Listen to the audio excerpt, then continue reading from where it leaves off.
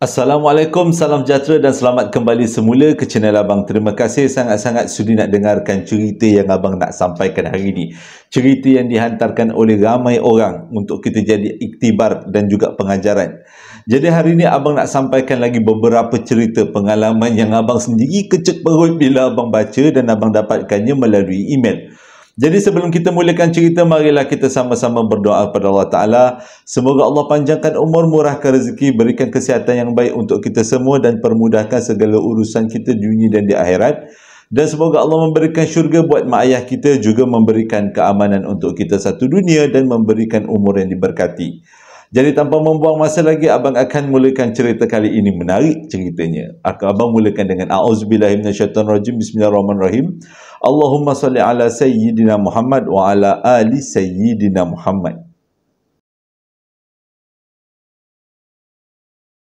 Permulaan cerita ni Abang mulakan dengan cerita pasal bilik jenazah. Memang selalunya dekat kawasan surau ataupun kawasan masjid bagi orang-orang yang bukan orang Islam. Surau dengan masjid selalu disediakan bilik untuk menguruskan jenazah. Tujuannya adalah untuk memudahkan orang-orang Islam menguruskan jenazah tidak di rumah tapi lebih kepada di masjid. Mudah untuk semayang, untuk uruskan. Jadi kat mana-mana masjid atau surau memang ada bilik jenazah. Dan setiap bilik jenazah mesti ada cerita di sebaliknya. Dan kisah kali ini disampaikan oleh Ahmad. Kat mana berlaku tempatnya, itu tidak penting. Tapi yang pentingnya adalah apa yang Ahmad alami, yang membuatkan kita semua akan rasa kecut perut seperti Abang. Kisah ini berlaku lebih kurang 10 tahun yang lepas, waktu Ahmad berumur 15 tahun. Pada waktu tu dia kata, dia memang aktif menjadi seorang penuntut ilmu persilatan. Silat tu pula dibuat dekat kawasan perkarangan surau. Surau tu bukanlah surau yang terlalu baru, tapi boleh dikatakan agak uzur jugalah. Tapi dekat surau tu walaupun uzur-uzur macam tu, dia ada bilik pengurusan jenazah. Kebanyakan daripada budak-budak silat mengelak kalau belajar dekat surau tu, belajar silat mengelak untuk pergi buang air dekat kawasan surau tu. Sebabnya bilik air itu ada bersebelahan dengan pintu bilik pengurusan jenazah. Boleh bayangkan silat-silat hari bulan, kita bukan termasuk dekat dalam tandas, tapi kita termasuk dekat dalam bilik pengurusan jenazah. Lepas tu kita kencing kat situlah jawabnya. Ceritanya macam ni. Pada hari itu dia belajar silat dengan kawan-kawan dia macam biasa. Tak adalah apa sangat, tak adalah takut. Selalunya silat bermula daripada pukul 8, 9.30 malam habis-habis sembahyang isyak sampai menjejak pukul 1 pagi. Pada waktu tu awal-awal memang Ahmad dah ada pemikiran dekat dalam kepala dia, apa-apa pun nak buang air besar atau buang air kecil, dia tak akan buang dekat kawasan surau. Sebabnya memang akan menghadap dengan bilik jenazah. Ada tak ada dia mesti nak buang air dekat rumah. Dia kata kalau dah terlalu teruk sangat, dia akan minta kawan-kawan dia temankan. Entah macam mana, tiba-tiba dia rasa sakit perut. Nak buang air bukan kecil, dah besar lagi air nak buang ni. Memang dah tak boleh tahan lagi. Jadi dia minta izin dengan tok guru yang mengajar silat tu, dia nak buang air. Tok guru silat tu boleh pula bergurau senda. Engkau berani ke Mat nak buang kat situ? Kebanyakan budak memang tak berani. Kau nak aku teman ke? Kata. Jadi disebabkan tok guru dah cakap macam tu, agak malu jugalah Ahmad kata kalau nak beritahu tok guru sebenarnya saya tak berani nak buang air. Malulah kan, kita dah belajar silat gagah-gagah perkasa, tiba-tiba cakap takut dengan bilik jenazah. Ujung-ujung kita jadi jenazah juga kan.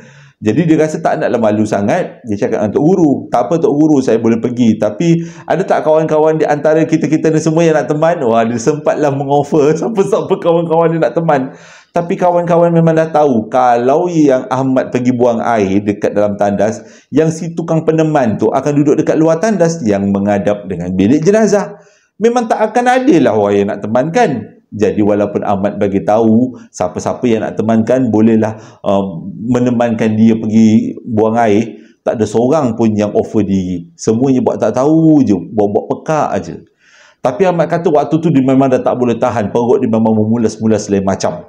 Jadi dia pun pergilah, berani-beranikan diri, buka lah lampu, berani-beranikan diri, dia pun berjalan perlahan-lahan pergi menghala ke bilik air. Waktu tu dia kata, walaupun dia melintas depan bilik pengurusan jenazah, dia buat-buat tak nampak aja. Waktu dia buka lampu bilik air, dia nak masuk ke dalam tandas, dia terpandang dekat bilik pengurusan jenazah yang pintunya tak berapa jauh daripada pintu tandas. Bilik pengurusan jenazah tu pintunya terbuka. Siapa yang buka? Memang tak ada orang buka. Selalunya bilik pengurusan jenazah tu kalau mana-mana surau atau masjid, pintunya akan dikunci dan kunci tu akan dipegang oleh pihak pengurusan. Tapi siapa pula yang terbuka pintu tu? Memang tak sempat nak fikir. Dia kata dia lebih mementingkan perut dia nak meletup tu. Fikir takut kemudian. Nanti kalau dia kata takut, tapi memang dia nampak pintu bilik air tu terbuka. Luas pula tu, gelap pula tu dalam dia. Itu betul-betul mencabar. Kalau tak sakit perut, kata Ahmad, memang dia cabut lari, dia tak buang kat situ. Kalau tak sakit perut. Tapi disebabkan perut tu sakit sangat, terpaksalah juga masuk dalam tandas, kunci pintu tandas dan buang air. Waktu dalam tandas tu dia tak nak fikir tentang apa yang bakal berlaku bila dia keluar daripada tandas nanti. Dia buat bodoh je ni. Tapi entah macam mana, lagi dia tak fikir, lagilah benda tu melintas-lintas kat kepala. Dia berdoa lah, walaupun dia kata dalam tandas waktu tu berdoa pada Allah Ta'ala ni, tolonglah ya Allah, janganlah diuji dengan benda-benda yang bukan-bukan. Jadi dia pun habis-habis beristinja, mencebok lah kan, beristinja, dia pun keluar daripada bilik air tu. Bila dia keluar daripada bilik air, memang dia akan nampak pintu bilik pengurusan jenazah, dan kali ni dia nampak pintu tu tertutup. Legalah, tapi dalam otak tu terfikir jugalah, siapa pula yang tutup, sebab tak dengar bunyi pintu tertutup. Mungkin pada waktu awal-awal masuk dalam tandas tu dia berhalusinasi kot. Dia fikir-fikir macam tu. Tapi bila makin kita fikir makin takut, lebih baik jangan fikir. Dia pun siap-siap nak keluar daripada tandas. Tengah dia nak keluar daripada tandas tu, tiba-tiba pintu bilik pengurusan jenazah tu bergegar dan terbuka sendiri. Allahu Akbar. Dia waktu tu buat berani. Orang kata kalau kelari dan jadi lagi huru-hara, jatuh tergelincir, nak kena merangkak pula kan, huru-hara. Jadi dia berjalan perlahan-lahan sambil dia melintas depan pintu bilik pengurusan jenazah tu. Dia buat bodoh je, dia buat tak tahu, dia tak nak pandang apa yang ada dekat dalam tu. Walaupun dekat dalam tu dia boleh nampak keadaannya cukup gelap, dia pun tak beranilah nak tutup pintu pengurusan jenazah tu. Dia buat tak tahu sampailah dekat kawasan tempat persilatan. Waktu tu dia kata kaki dia lembik, sampaikan dia minta izin dengan tok guru dia untuk dia berehat, duduk lebih kurang 10 minit untuk dapatkan tenaga. Kejadian ni berlaku waktu tu jam menunjukkan pukul 11.30 malam. Dia kata memang cukup menakutkan. Jadi sejak daripada tu, dia sebelum pergi ke latihan silat, dia dah buang air siap-siap. Dia kata kalau dia sakit perut, dia akan tarik diri, hari tu dia terus balik. Itu kalau dia sakit perut. Dan sejak daripada tu dia tak berani. Kalau kawan-kawan dia minta temankan pun, dia tak berani juga. Dia tetap kata kalau apa-apa pun terjadi, dia tak akan buang dekat tandas tu waktu malam. Sebab dia takut benda tu untuk kali yang kedua berulang kembali. Kalau cakap kepada abang, memang taklah. Singa silat-silat abang berhenti, memang tak masuk lagi lah. Kalau nak masuk silat pun suruh tok guru tu buat latihan dekat kawasan lain, bukan kawasan pekarangan surau yang lama yang memang misteri bilik pengurusan jenazahnya. Cerita yang kedua ni disampaikan oleh seseorang yang bernama Alin. Tapi dia selalu komen dalam abang punya YouTube menggunakan nama Mokda. Dan memang abang selalu reply, balas komen dia sebagai tanda penghargaan. Jadi Alin kali ni ceritakan pengalaman dia yang berlaku lebih kurang 20 tahun yang lepas dekat kawasan Ipoh, Perak. Dia kata dekat rumah dia ni ada satu keunikan. Dekat depan rumah dia ada beberapa jerat Cina. Dia kata dia tak adalah takut sangat sebab memang dah menjadi kebiasaan dia untuk dah memang membesar kat situ lah orang kata. Kalau walaupun ada jerat Cina depan rumah, buat tabah-tabah hati je lah. Tak adalah nak perlu takut sangat. Tak pernah pun ada kejadian pelik-pelik semenjak daripada dia lahir sampailah dia berumur 10 tahun. Tak ada kejadian pelik-pelik. Tapi sewaktu dia umur 10 tahun tu berlaku satu kejadian yang memang pelik, yang susah untuk dia jelaskan. Walaupun dia dia boleh agak lah benda tu sebenarnya gangguan daripada alam sebelah kan. Ceritanya pada waktu dia umur 10 tahun tu, dia nak pergi ke sekolah. Jadi dia siap-siap lah bangun pagi, mandi, sebelum matahari terbit lagi. Lepas-lepas main subuh, dia dah ada dekat depan pintu rumah. Sebabnya selalunya kalau dia nak pergi ke sekolah, dia akan dijemput oleh arwah. Ya abang ni arwah. Dia akan dijemput oleh datuknya. Datuk dia akan datang, jemput, bawa Ali ni pergi ke sekolah. Sama ada naik motor ataupun naik kereta, mungkin lebih kurang macam tu lah kan. Jadi pada hari itu dia siap-siap komen awal lagi. Sebab kenapa awal? Hari itu pula musim-musim durian. Dia kata mana tahu kalau dia duduk depan rumah, tiba-tiba dia dengar durian jatuh. Walaupun rumah dia depannya adalah jirat Cina, kubur Cina, tapi ada juga pokok-pokok durian. Jadi kalau keluar pagi, mana tahu ada durian jatuh, boleh dia kutip, makan durian dulu sebelum pergi sekolah kan. Jadi dia kata dia pun keluar rumah. Dia lepas keluar rumah tu, tunggulah atuk dia. Tunggu atuk dia datang untuk jemput dia. Tengah-tengah dia tunggu tu, tiba-tiba dia nampaklah mak dia dekat kawasan jerat Cina tu. Tengah nampak gayanya macam terbongkok-bongkok. Macam orang tengah kutip durian. Dia punya gaya dia tu. Jadi dia diam je lah. Dia tengok aja mak dia macam terbongkok-bongkok kutip durian. Agaknya dia tengok mak dia ni macam begitu gigih, bersungguh-sungguh nak mengutip durian. Jadi Alin pun panggil lah mak dia. Mak, dia kata, mak buat apa tu? Kutip durian ke? Tapi mak dia tak menyaut. Mak dia terus kutip durian. Terbongkok-bongkok. Jadi dia tak puas hati. Dia pun bangun dan berjalan ke arah mak dia ni. Jaraknya lebih kurang 20 meter lah. Tak adalah dekat sangat. Dia agak jauh jugalah. Lebih kurang 20 ke 50 meter jaraknya daripada mak dia. Waktu dia nak berjalan tu, dah mulakan langkah. Sambil tu dia mengomel-ngomel lah. Mak, banyak ke durian mak jatuh? Mak kutip durian tu macam gigih. Nah, mak kutip macam banyak betul ni. Nantilah Alin tolong, mak tunggulah kejap kat sana. Baru sampai, kalau tak silap abang, 10 langkah. 10 langkah daripada tempat dia duduk tadi, tiba-tiba dia dengar mak dia menjerit daripada dalam rumah. Alin, kau buat apa terjerit-jerit tu? Mak ada dalam rumah ni ha. Yang kau keluar daripada rumah awal-awal kenapa? Atuk kau lambat lagi datang, kata. Waktu tu terberhenti. Alin terberhenti tengah jalan. Dia dengar suara mak dia dekat dalam rumah. Pada masa yang sama dia nampak mak dia tengah kutip durian. Bukanlah tengah kutip, sebenarnya terbongkok-bongkok lah sebenarnya. Bila dah macam tu, Alin tak berani nak teruskan perjalanan. Dia berdiri nak pastikan adakah yang depan dia ni adalah mak dia betul-betul ataupun mak daripada jelmaan alam sebelah. Belum sempat dia nak pastikan, benda tu dah menoleh ke arah dia. Memang dia kata itu adalah mak dia.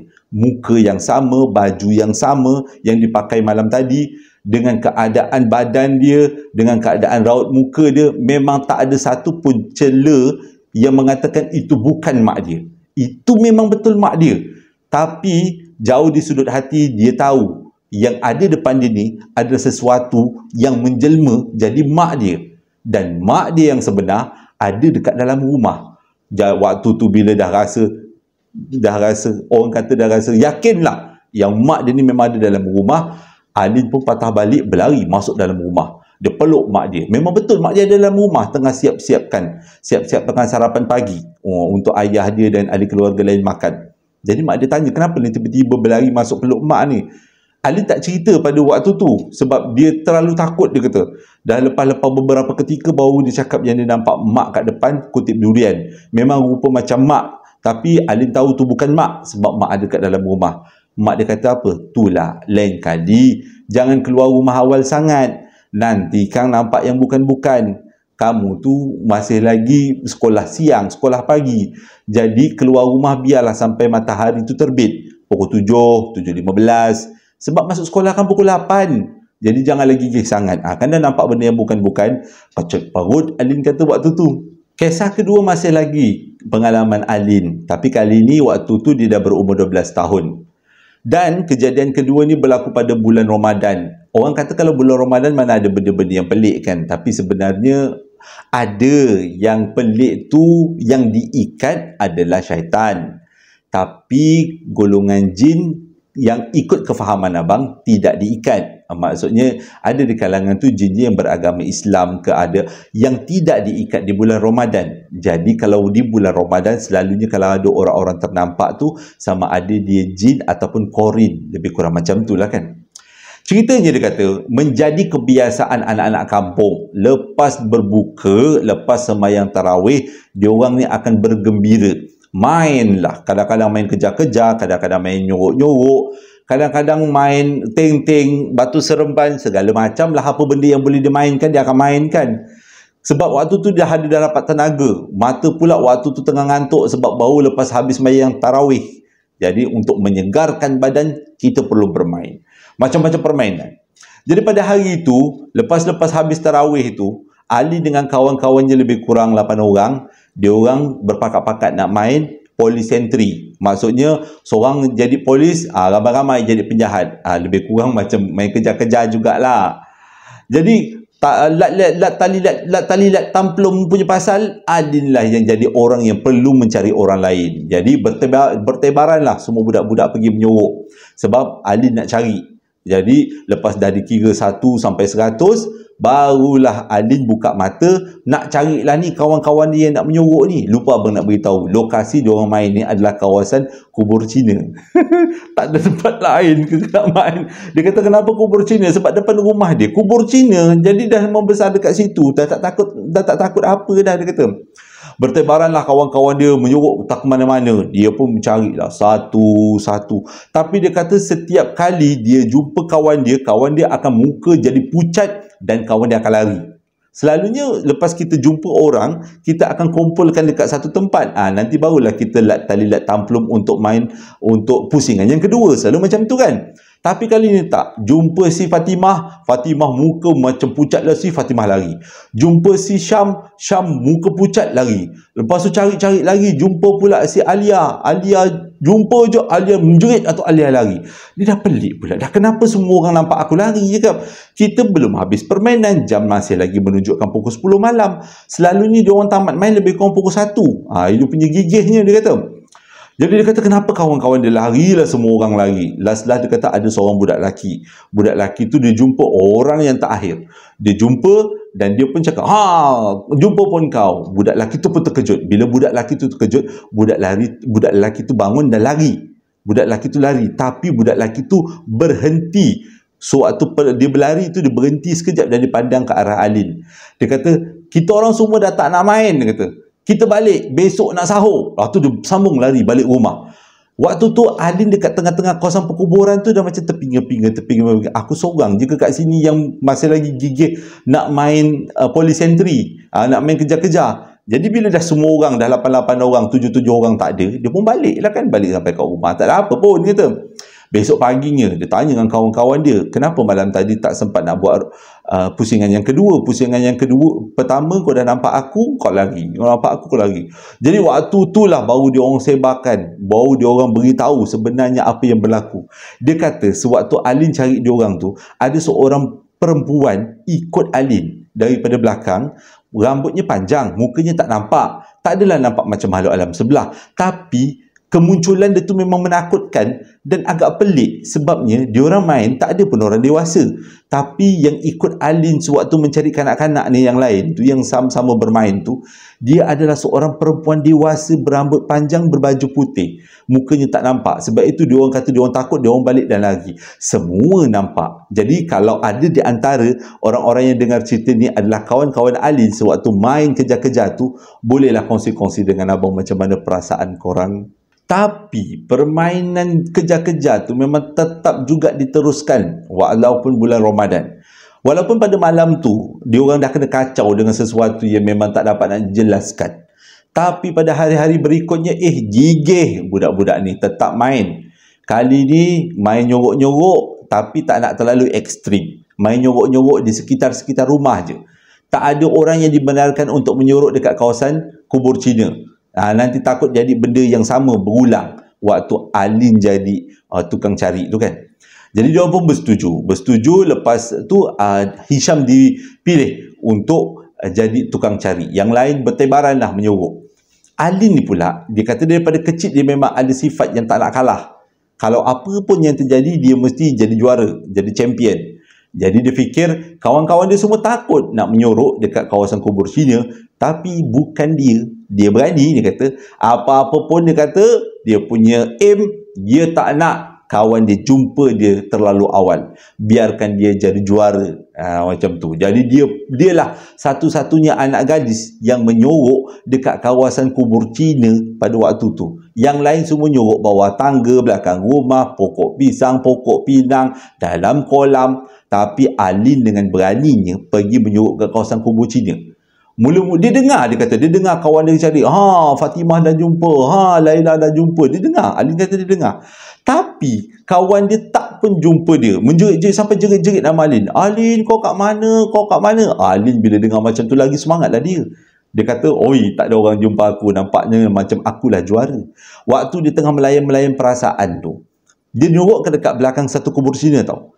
Di tengah-tengah layan perasaan, dia nampak ada sepasang mata yang tingginya macam manusia. Mata tu pula nampak biji matanya warna hitam, tapi mata putihnya tak berwarna putih, melainkan warna merah. Macam mata orang yang tengah marah. Dibesarkan, nampak mata hitamnya besar dan mata putih tu penuh macam darah, dia kata. Waktu tu Alin macam, ni kucing ke, dia kata. Dia tengok aja mata tu. Dia kata, nak kata takut tidak, dia kata. Tapi dalam otak dia terfikir-fikir, mata apa ni cakap? Kenapa mata ni merah sangat? Jadi bila dengan kawan-kawan dia menjerit-jerit, dia diam je lah. Sampai dia tengok aja mata tu. Benda tu tak kacau dia. Benda tu setakat memandang dia je. Jadi dalam keadaan tu, dia kata dia mengambil keputusan untuk tetap di tempatnya. Sampailah kawan dia tiba-tiba cakap macam ni, Alin, kita orang dah tak nak main, kita orang nak balik. Kalau kau nak menyuruk kat situ, kau menyuruk lah, dia kata. Jadi bila dengar macam tu, takut juga Alin. Takut ditinggalkan. Dia pun bangun daripada belakang kubur tu. Dia kata, weh, aku dekat sini. Kawan-kawan dia semua marah. Lain kali, orang dah kata, jangan menyuruk dekat situ. Kenapa kau menyuruk? Dia kata, aku sengaja menyuruk kat sini. Sebabnya, aku tak nak korang jumpa. Tapi ada benda pelik, weh, dia kata. Aku jumpa mata merah, dia kata. Mula-mula kawan dia anggap apa yang Alin cakap tu benda tipu je lah. Tapi Alin bersungguh-sungguh. Walaupun macam tu tak ada orang yang percaya. Dia je yang nampak mata merah tu. Dan sampai kesudah, itulah kali terakhir Alin main nyorok-nyorok dekat kawasan tu, kat kawasan kubur Cina tu. Sebab selepas-lepas tu, dia memang main dekat kawasan perumahan dia. Sebab dia kata walaupun mata merah tu taklah menakutkan, tapi dia tak nak benda-benda buruk berlaku. Cerita yang ketiga ni disampaikan oleh Syasha. Dia adalah pengalaman waktu dia bekerja dekat satu hotel. Hotel tu pula hotel yang terkenal dekat kawasan Kuala Lumpur. Kalau sebut nama, semua orang tahulah hotel tu. Kejadian ini berlaku waktu 10 tahun yang lepas, dia kata. Dia pula bertugas sebagai seorang operator dekat hotel tu. Mana-mana customer daripada mana-mana bilik, kalaulah nak telefon ke meja resepsionis, dia yang akan angkat. Dia akan berborak, berinteraksi dengan dia. Jadi dia kata, dalam banyak-banyak kejadian, ada 2 kejadian yang pelik berlaku pada hari yang sama waktu dia bekerja dekat hotel tu, dia kata. Hari yang sama, dia kata. Cuma tingkat yang berlainan. Satu berlaku dekat tingkat 6, satu berlaku dekat tingkat 8. Jadi tapi benda yang sama, dia kata. Bukan benda yang sama, di hari yang sama. Waktu tu dia kata jam menunjukkan pukul 11 malam. Biasalah bila pukul 11 malam keadaan hotel, walaupun sibuk macam mana pun, agak lengang juga di kawasan resepsionis. Mujurlah dia kata pada waktu tu ramai juga yang bertugas dekat kawasan resepsionis. Tapi kebanyakannya bertugas sebagai kaunter, penjaga kaunter. Dia pula penjaga telefon. Kalau ada apa-apa, dia lah juga yang angkat. Di tengah dia mengelamun tu sebab tak ada orang telefon. Dah tengah malam, pukul 11 lebih, nak dekat pukul 12 macam tu. Mana ada orang telefon kan? Paling tinggi pun orang tanya berapa nombor operator. Itu je lah kalau hotel-hotel macam tu. Tak pun aircon rosak, tak pun lampu rosak. Itu je lah dia kata. Tengah-tengah dia santai-santai tu, relax-relax, tiba-tiba berderinglah telefon. Telefon berbunyi dan dia pun angkat. Yang angkat tu pula, yang telefon tu pula adalah seorang pelancong Cina. Jadi perbualan ni dalam bahasa Inggeris, cuma abang terjemahkan ke dalam bahasa Melayu semula. Jadi dia pun tanyalah, ya puan, ada apa-apa yang boleh saya bantu? Dia kata, saya sebenarnya tak tahu nak macam mana nak cakap, tapi saya rasa macam ada yang pelik dekat bilik ni, dia kata. Jadi dia tanya, Syasha cakap lah, nak kami pergi ke bilik puan ke, nak tengokkan puan ke, ataupun nak bantu puan dari segi apa-apa yang patut ke? Jadi puan tu cakap apa? Sebelum awak naik ke bilik saya nak ceritakan sesuatu yang saya rasa macam pelik ni, dia kata. Okey, cuba puan ceritakan. Macam ni, dia kata. Waktu saya mandi, saya ni orangnya rambut pendek, dia kata. Jadi waktu saya mandi, saya basuh-basuh rambut dan saya mandi tu jadi kejap, bukan begitu lama sangat, jadi kejap je, dia kata.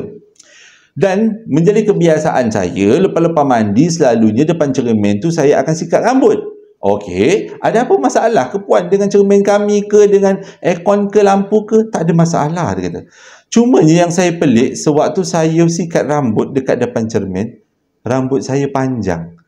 Saya cuba sikat, nak tahu sepanjang mana rambut saya. Tapi rambut saya tak nampak penghujungnya. Sedangkan rambut saya pendek. Kenapa dekat dalam cermin rambut saya panjang? Ya Allah, kalau abang dah memang tak ada terfikir-fikir dah. Kalau abang jadi pelancong tu lari dah. Tapi dia kata dia pelik. Dia kata, kenapa rambut saya boleh panjang kan dalam cermin? Dia kata, saya pelik lah hotel ni. Hotel ni ada magic ke? Dia kata. Bila si Syasha dengar macam tu, nak cakap, takkan nak cakap macam ni. Puan, dalam bilik puan tu ada. Takkan nak cakap macam tu kan. Dia customer. Oh, dia cakap macam ni. Okey, nampaknya puan ada perasaan takut tak? Dia kata, tak adalah rasa takut sangat. Cuma rasa tak selesa, dia kata. Jadi saya cakap, apa kata saya akan tukarkan puan kat bilik lain. Nanti dekat bilik yang baru tu, insya-Allah dia cakap macam ni tu. Insya-Allah nanti tak akan ada jadi apa-apa. Rambut puan akan pendek semula, dia kata. Bolehlah kalau macam tu saya nak tukarlah ke bilik lain, dia kata. Bila awak akan datang? Dia kata, saya akan datang dalam kejap lagi. Tapi Sasha ni tak beritahulah yang bukan dia yang datang. Dia suruhlah budak-budak lain, budak-budak lelaki. Dia minta budak lelaki tu pergi ke bilik puan tadi tu, dan bawa segala peralatan perempuan tu ke bilik lain, iaitu bilik ke tingkat 3 macam tu, untuk mengelakkan daripada syakwa sangka yang bukan-bukan lah, untuk mengelakkan daripada puan tu jadi kecoh kan. Jadi bila diorang ni sampai dekat bilik puan tu, tengok puan tu pun dah siap-siap, dah bungkus-bungkus baju. Memang betul puan tu rambutnya pendek, bukan panjang. Cuma waktu budak-budak lelaki tu escort puan ni ke bilik yang baru, dia tanya, puan sikat tadi dekat mana? Saya sikat dekat dalam bilik air, dia kata. Tapi saya tak sangkalah rambut saya boleh jadi panjang. Mungkin saya perasan ke apa ke, tapi itulah, dia kata, ada benda yang pelik lah dekat bilik hotel ni. Selepas memindahkan puan tu ke tingkat 3, diorang pun kembalilah Haman bekerja dekat kawasan resepsionis hotel.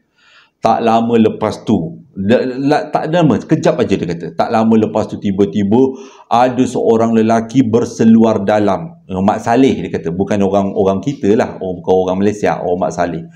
Dengan berseluar dalam keluar daripada lift, berlari ke arah diorang dengan muka pucat lesi. Lepas tu yang diorang ni, benda pertama yang diorang nak cari tuala ni. Apa pula Mak Saleh ni bogel lah, dia tiba-tiba buat pertunjukan show 18S Act ni pula. Jadi lepas dia bagi tuala, Mak Saleh dengan muka pucat lesi, dia cakap macam ni. Dia cakap bahasa Inggeris lah kan. Cakap macam ni. Korang kena hantar, ikut saya ke bilik saya. Ada orang lain dekat bilik saya.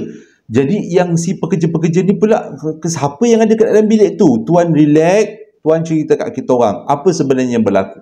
Dia kata tengah-tengah dia tidur, tiba-tiba dekat hujung katil dia ada seorang lelaki berjubah hitam dengan hood ataupun penutup kepala warna hitam. Muka dia saya tak nampak. Saya yakin orang tu masuk dekat bilik saya sebabkan sistem security dekat hotel ni problem. Jadi dia orang kata, mana mungkin tuan? Tuan kunci bilik, kunci tu elektronik. Kalau tuan mungkin sebenarnya tuan mabuk kot. Tuan yang bagi kawan tuan masuk kot. Sebab itu lepas tu tuan huru-hara, lepas dah sedar daripada tidur, lepas tu tuan kata orang lain dekat dalam bilik. Oh, dia sempat bersumpah, dia kata dia tak bagi, dia memang datang ke hotel ni untuk urusan pekerjaan, tak ada urusan-urusan nak jumpa kawan, memang tak ada, dia kata.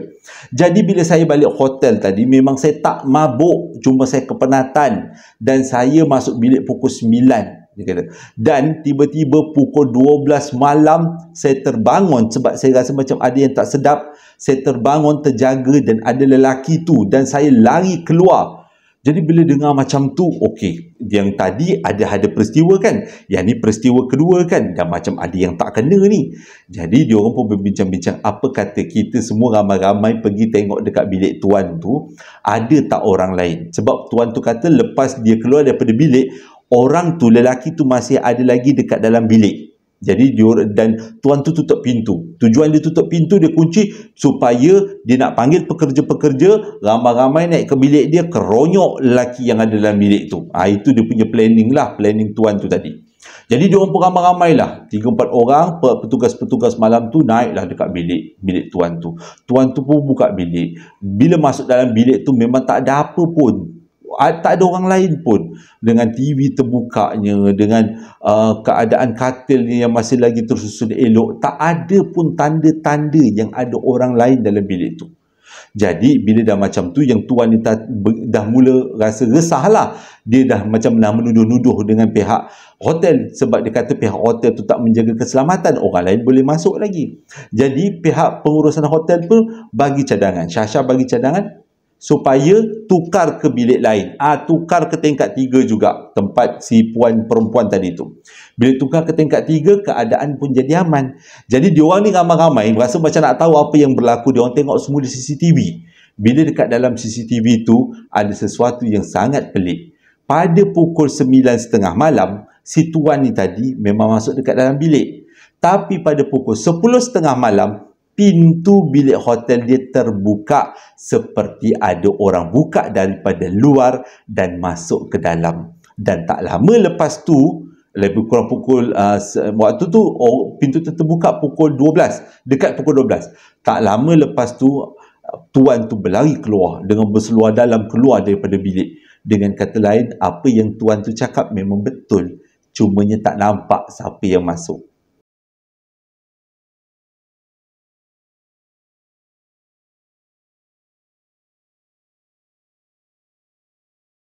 Terima kasih sangat-sangat sudi dengarkan cerita yang abang sampaikan hari ini. Moga-moga menjadi hiburan. Abang tak berapa nak terhibur ceritanya kali ini, sebabnya kecut-kecut perut. Dengan cerita pertama huru-hara, cerita kedua huru-hara, yang cerita ketiga lagilah huru-hara. Tapi tetap juga, sebelum abang tamatkan cerita, abang nak sampaikan beberapa ucapan.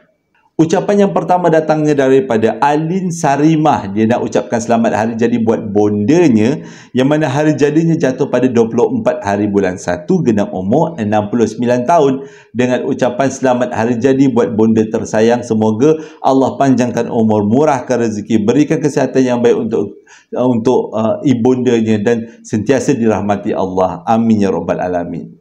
Di kesempatan ini, abang nak ucapkan selamat hari jadi buat salah seorang ahli keluarga besar JSPL Klan, iaitu Saifullah Muhammad Razali, yang mana hari jadinya jatuh pada 30 hari bulan 1. Dengan ucapan selamat hari jadi buat Saifullah, semoga Allah panjangkan umur, murahkan rezeki, berikan kesihatan yang baik dan permudahkan segala urusannya dunia dan di akhirat.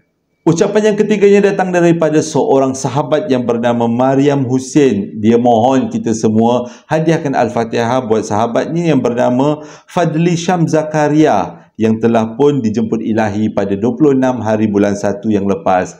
Jadi marilah kita sama-sama hadiahkan Al-Fatihah buat Fadli Syam. Semoga dalam rahmat Allah berada di dalam taman-taman syurga. Amin ya rabbal alamin. Al-Fatihah. Ucapan yang seterusnya datang daripada seorang ayah yang bernama Azhar Zahar. Dia nak ucapkan selamat hari jadi buat anaknya yang bernama Nur Nasuha Afina, yang mana hari jadinya jatuh pada 26 hari bulan 1, genap umur 12 tahun. Dengan ucapan selamat hari jadi buat anak papa tersayang. Semoga Allah memberikan masa depan yang cemerlang, umur yang panjang dan sentiasa dirahmati. Papa dengan mama sangat menyayangimu, dan selamat hari jadi.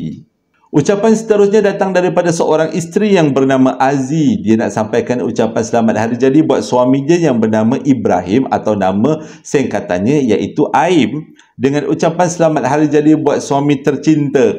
Semoga Allah sentiasa merahmatimu. Terima kasih menjadi suami yang terbaik dalam keluarga ini, dan semoga panjang umur, dimurahkan rezeki, diberikan kesihatan yang baik.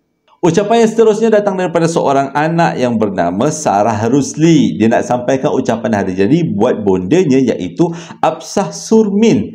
Dia kata emak dia ni adalah salah seorang peminat setia dengarkan cerita-cerita abang. Jadi daripada saya, buat makcik saya ucapkan selamat hari jadi. Semoga Allah sentiasa memberikan rahmat dunia akhirat buat makcik. Dan hari jadinya jatuh pada 25 hari bulan 1, genap umur 57 tahun. Dengan ucapan selamat hari jadi, semoga dipanjangkan umur, dimurahkan rezeki, diberikan kesihatan yang baik dan sentiasa dalam rahmat Allah.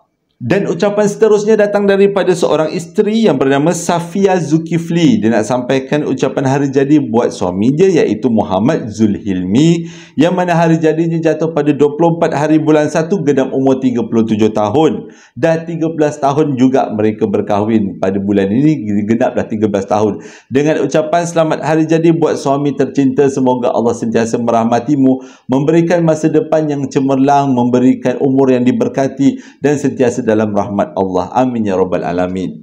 Terima kasih sangat-sangat sudah dengarkan cerita abang. Hingga berjumpa lagi dalam 2 hari akan datang. Bagi peluang abang reply banyak komen dulu supaya kita ada bonding di antara ahli keluarga besar di SPL. Dan pada yang nak dapatkan perapan sate sambal lara dan juga coklat moist, boleh tekan link yang abang sediakan di bawah setiap video. Semoga memberikan sesuatu. Hingga berjumpa lagi 2 hari akan datang. Assalamualaikum warahmatullahi wabarakatuh.